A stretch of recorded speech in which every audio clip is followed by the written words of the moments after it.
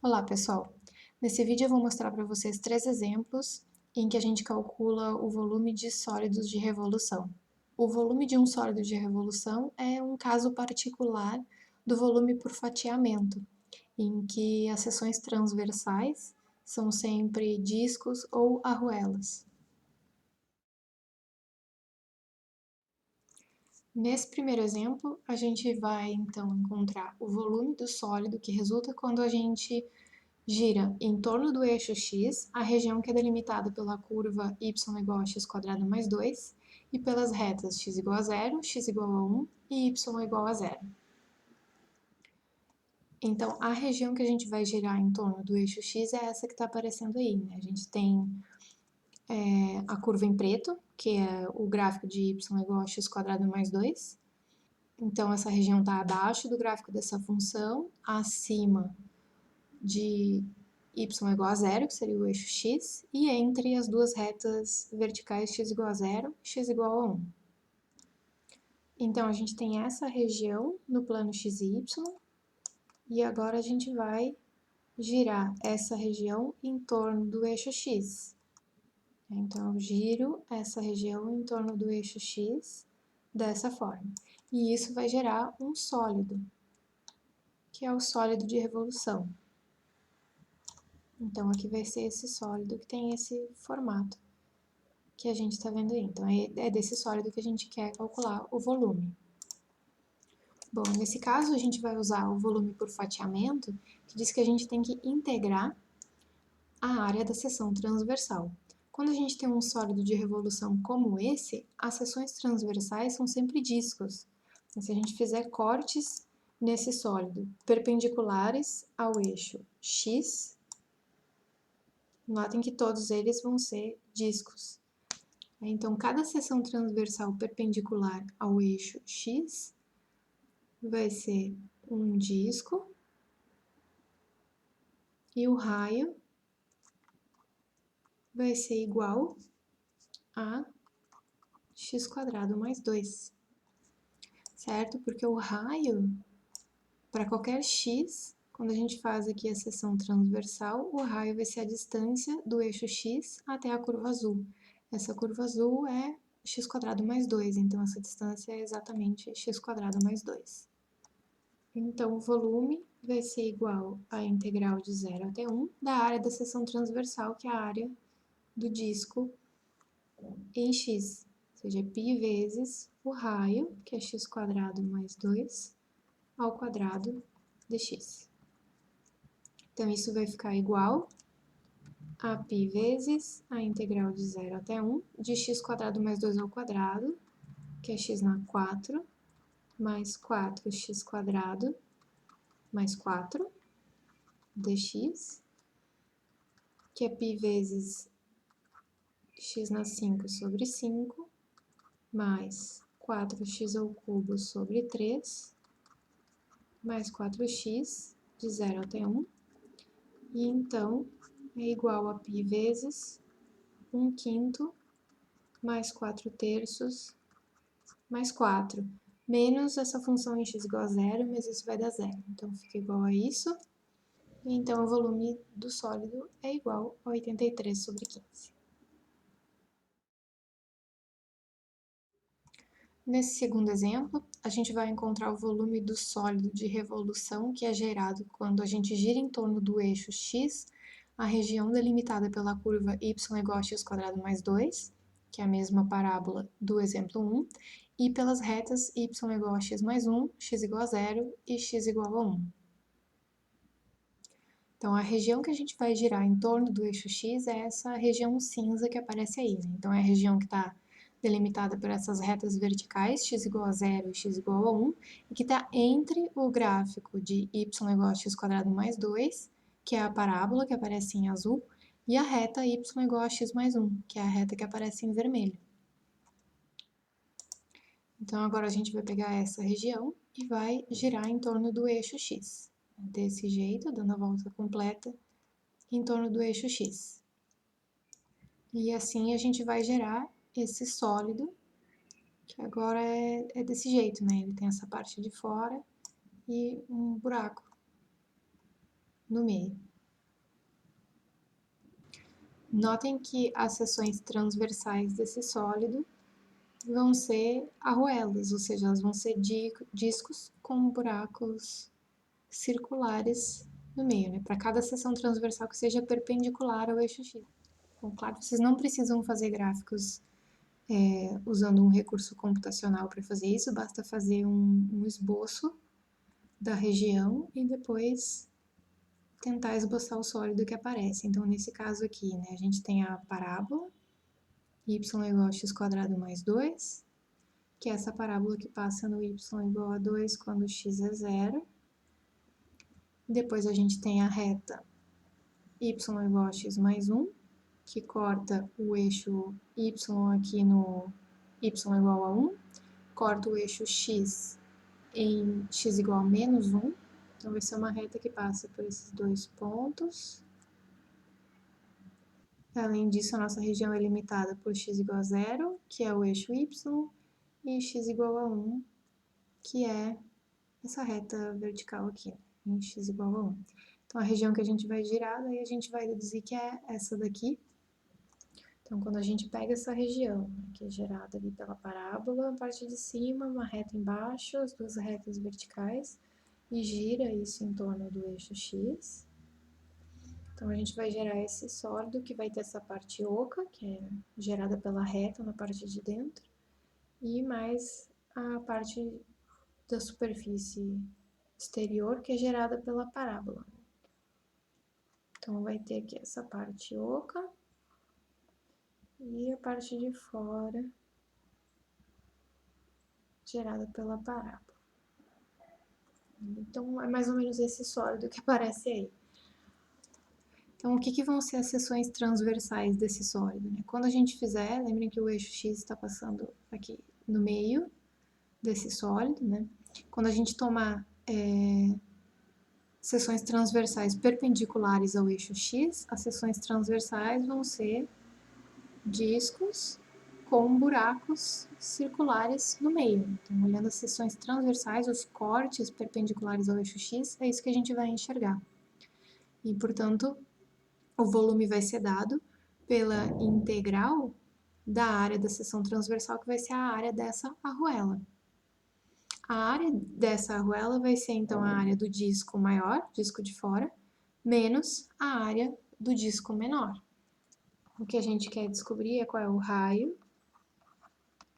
do disco maior e o raio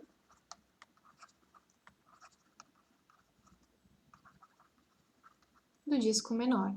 O raio do disco maior, então, ele vai do centro aqui do sólido até a ponta, ou seja, para cada x, a gente vai do eixo x até encostar na parábola. Então, o raio do disco maior é x² mais 2.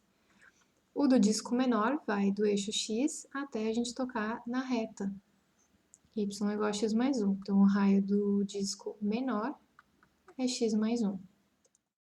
Então, o volume do sólido vai ser dado pela integral de 0 até 1 da área da seção transversal, que é a área do disco maior, então π vezes o raio ao quadrado, menos a área do disco menor, que é π vezes o raio ao quadrado.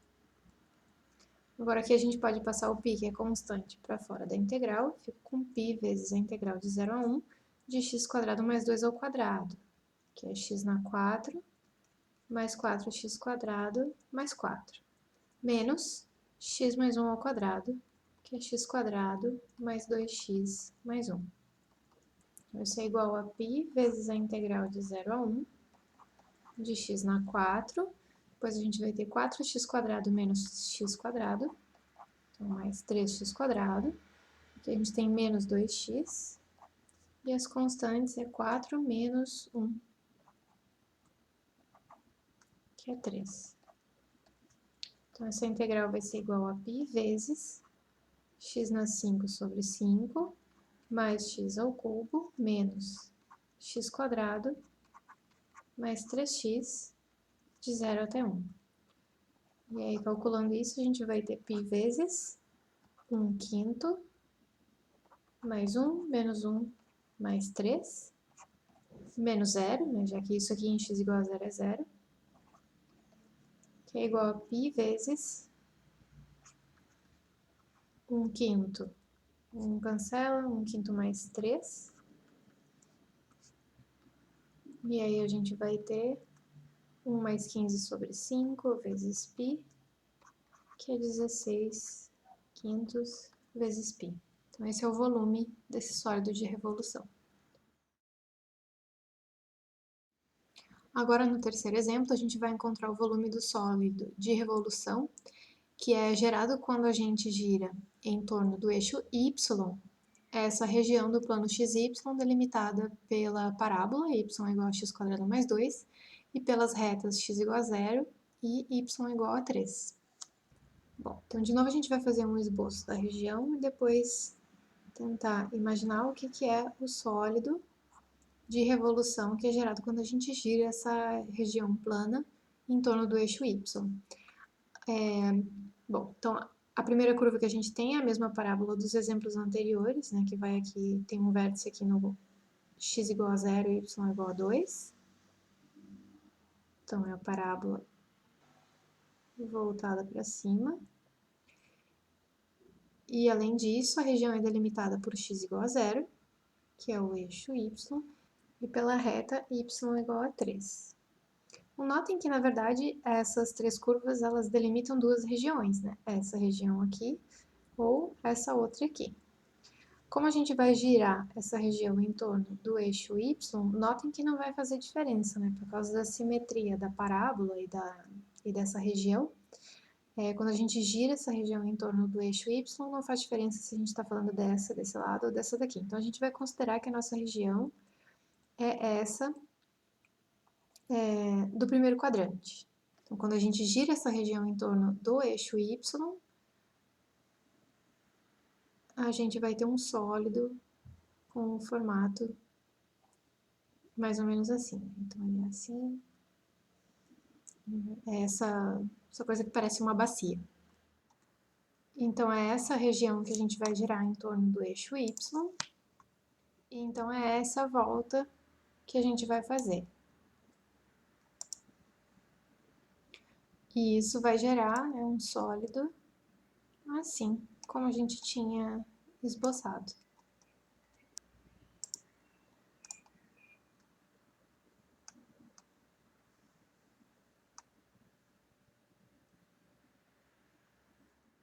Para calcular o volume desse sólido, a gente vai de novo usar o volume por fatiamento, então a gente vai pensar nas seções transversais do sólido, só que agora, ao invés de tomar seções transversais que sejam perpendiculares ao eixo x, a gente vai tomar seções transversais que são perpendiculares ao eixo y. Então, pense o que são as seções transversais perpendiculares ao eixo y nesse caso. Nesse caso, essas seções vão ser discos, de novo, né? Para todo y, para cada valor de y, se a gente fizer um corte nesse y, a gente vai ter um disco como seção transversal desse sólido. Qual que vai ser o raio desse disco? E agora eu quero escrever o raio dessa seção transversal como uma função de y. Notem que então a gente pode escrever y igual a x² mais 2 e agora isolar o x, para ter o x como uma função de y. E aí a gente vai ter duas funções aqui. Eu tenho mais ou menos raiz de y menos 2. Então, assim a gente tem duas funções de y. A raiz positiva vai dar esse pedaço da parábola. Então, aqui a gente tem x igual a raiz de y menos 2. E a gente tem também o outro lado, que seria x igual a menos raiz de y menos 2. Então, nesse caso, a gente pode considerar, como a gente já tinha observado, só esse pedaço aqui. Então, a nossa função é essa daqui, né? Raiz de y menos 2. Então, o raio vai ser raiz de y menos 2. Então, o volume do sólido de revolução vai ser a integral da área das seções transversais, só que agora a gente tem um sólido que se estende de y igual a 2 até y igual a 3. Ele vai daqui do y igual a 2 até a reta y igual a 3. E a área das seções transversais são esses discos perpendiculares ao eixo y. Então, é π vezes o raio, que é a raiz de y menos 2, ao quadrado dy. Então, isso é igual a π vezes a integral de 2 até 3 de y menos 2 dy, que é π vezes y ao quadrado sobre 2 menos 2y, de 2 até 3. Então, a gente vai ter π vezes 3 ao quadrado sobre 2 menos 3 vezes 2, menos π vezes 2 ao quadrado sobre 2, que é 2, menos 2 vezes 2. E aí, fazendo a conta aqui, a gente vai ter, então, um volume que vai dar π sobre 2. Bom, então, em geral, quando a gente tem uma situação como essa do último exemplo, em que a gente pega o gráfico de uma função de y, então x igual a f de y, e gira essa região entre o gráfico da função e o eixo y, entre C e D, ou seja, para y indo de C até D, gira isso em torno do eixo y. A gente vai ter também um sólido de revolução como esse aqui, então seções transversais perpendiculares ao eixo y são discos, e então o volume desse sólido de revolução vai ser a integral de C até D de π vezes o raio ao quadrado, ou seja, π vezes f de y ao quadrado dy. Notem que a mesma coisa a gente poderia fazer também para os volumes de sólidos de revolução cujas seções transversais perpendiculares ao eixo y são arruelas. Tomando essa região que está entre os gráficos das funções x igual a g de y e x igual a f de y. Então, duas funções de y. A gente pega essa região entre os gráficos e gira em torno do eixo y. Isso vai dar um sólido de revolução que tem seções transversais, que são arruelas, né? Que a gente vai ter um disco maior e outro disco menor, sendo que a área da seção transversal perpendicular ao eixo y, nesse caso, é a diferença das duas áreas. Então, a gente teria o volume igual à integral de C até D, de π vezes o raio maior, ao quadrado, menos π vezes o raio menor, ao quadrado dy. E aí, o volume do sólido de revolução, nesse caso, seria dado por essa forma. Bom, pessoal, então esses eram os exemplos sobre volumes de sólidos de revolução que eu queria mostrar para vocês. Espero que tenha ficado claro e até a próxima.